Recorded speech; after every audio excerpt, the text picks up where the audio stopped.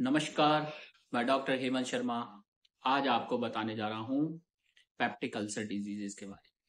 Peptic ulcer disease आपने भी सुना होगा, काफी कॉमन है, ज्यादातर देखी जाती है। पर पेप्टिक अल्सर डिजीज होती क्या है, किनको होती है, क्या कारण है, वो आज इस वीडियो के माध्यम से हम समझेंगे। देखो, पेप्टिक अल्सर डिजीज होता है जब भी आपका जो म्यूकोसा है उस लेयर का डैमेज होना, वहां पे रॉ एरिया बन जाना, सोर का डेवलप हो जाना, अल्सर का डेवलप हो जाना, तो ये पेप्टिक अल्सर डिजीज कहलाता है।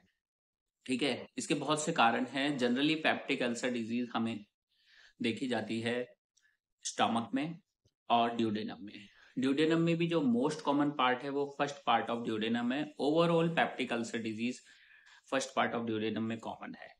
पेप्टिक अल्सर डिजीज स्टमक में लेसर कर्वेचर में देखा जाता है मोस्टली, पर कहीं पे भी हो सकता है स्टमक में। पेप्टिक अल्सर डिजीज के कारण क्या होते हैं, जो देखा गया है पेप्टिक अल्सर डिजीज का कारण कई बार अननोन भी बोलेंगे, इडियोपैथिक भी बोलेंगे, पर मोस्टली जैसे बैक्टीरियल इन्फेक्शन जैसे हेलिकोबैक्टर पाइलोरी, पर उसके अलावा और भी बैक्टीरियाज हैं जो ये इन्फेक्शन और पेप्टिक अल्सर प्रोड्यूस कर सकते हैं। कुछ वायरल इन्फेक्शन, कुछ फंगल इन्फेक्शन से भी हो सकता है। उसके अलावा एनेसाइड्स, बहुत ज्यादा दर्द की दवाइयां, स्टीरॉइड्स लेने से भी पेप्टिक अल्सर होता है।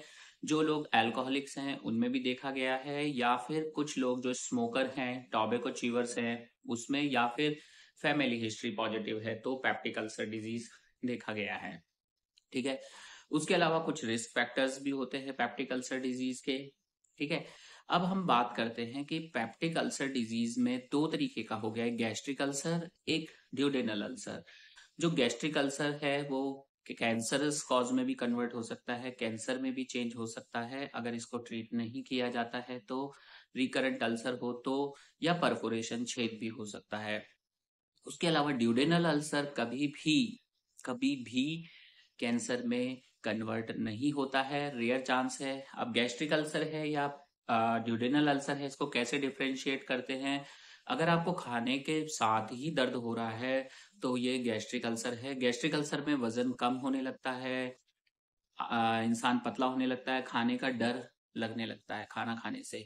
उसके अलावा जो ड्यूडेनल अल्सर है उसमें रिवर्स होता है, जब आदमी भूखा रहता है तो उसको दर्द होता है, तो खाना खाता है तो दर्द ठीक होता है, तो इसमें वेट गेन भी होता है या वेट मेंटेन रहता है।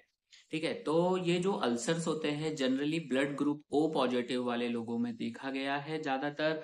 ऐसी स्टडीज है, blood group O positive is a risk factor for peptic ulcer disease. Peptic ulcer disease की जांच के लिए हम पेशेंट को कई बार एंडोस्कोपी करके देख सकते हैं एग्जैक्ट जानकारी के लिए। उसके अलावा वहां से बायोप्सी ले सकते हैं पेप्टिक अल्सर डिजीज की।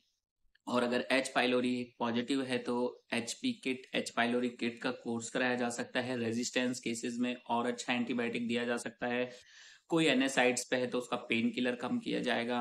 कोई स्मोकर है, अल्कोहलिक है तो ये सारा चीजें बंद करनी पड़ेगी। और life style modification, nutrition, diet एक बहुत इंपॉर्टेंट रोल प्ले करेगा ताकि आप हेल्दी रहें। उसके अलावा जिन लोगों में पेप्टिक अल्सर कॉम्प्लिकेशंस भी होते हैं, जैसे पेप्टिक अल्सर का अगर प्रॉपर इलाज नहीं लिया, डाइट नहीं लिया, न्यूट्रिशन नहीं लिया, लाइफ स्टाइल नहीं समझा, तो पेप्टिक अल्सर दोबारा भी आ जाते हैं। और इसका कॉम्प्लिकेशन होता है परफोरेशन, फट जाना, पेरिटोनाइटिस हो जाना, बैक्टीरियल फीकल पेरिटोनाइटिस, ये सब कॉम्प्लिकेशन हो सकता है। बिलियस पेरिटोनाइटिस भी हो सकता है पेशेंट को।